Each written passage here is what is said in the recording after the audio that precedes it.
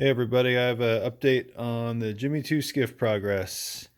I've been getting some fiberglassing done on the rudder and the rudder cassette. I got one side of the rudder done.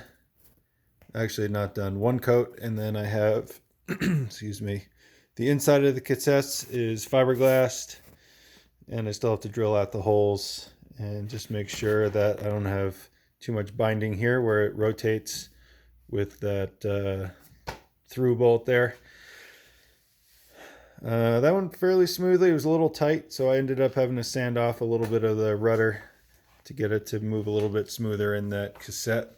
But other than that, I think I have enough room to put another coat of epoxy on each side and call it good.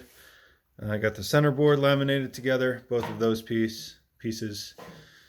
I'm doing a little bit of a redesign on that because when you stick it in the way they have it designed, it sticks out of the seat, and I'd like to be able to push it down and have it be flush with the seat. So I'm changing the trunk of the centerboard a little bit.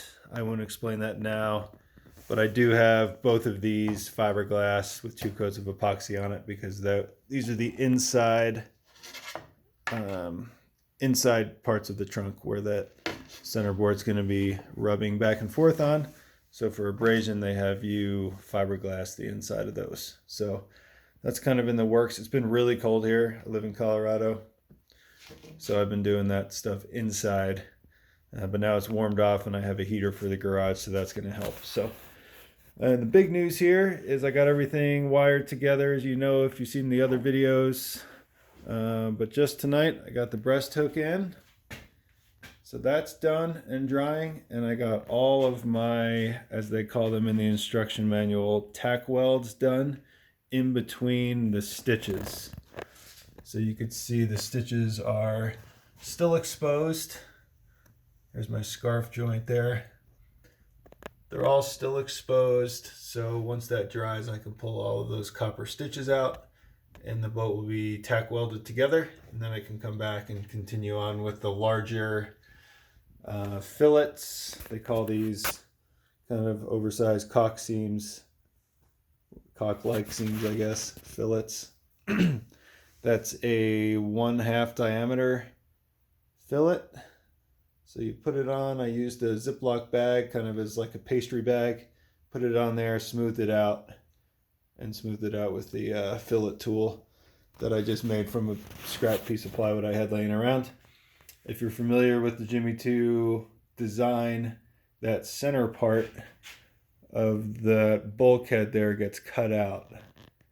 That's why there's no epoxy on the center, on that bulkhead and on the rear bulkhead. So I just have that tape there to remind myself not to glue that center part in, because that's going to get cut out later right there. So we'll go straight down and join the bottom there, and then the seat supports will go there. So yeah, a lot of work tonight. I'm pretty happy with how it looks. There's a decent shot of a little bit of a cleaner job. I'm just learning as I go here. Never done this, so back over here on the workbench. Yeah, this is I just use this Ziploc bag here to put the epoxy in. They have you mix it up with wood flour, which is just super fine sawdust as far as I understand. And then there's my filleting tool. Pretty high tech. I just take that and smooth out the joints, and then I'm good to go.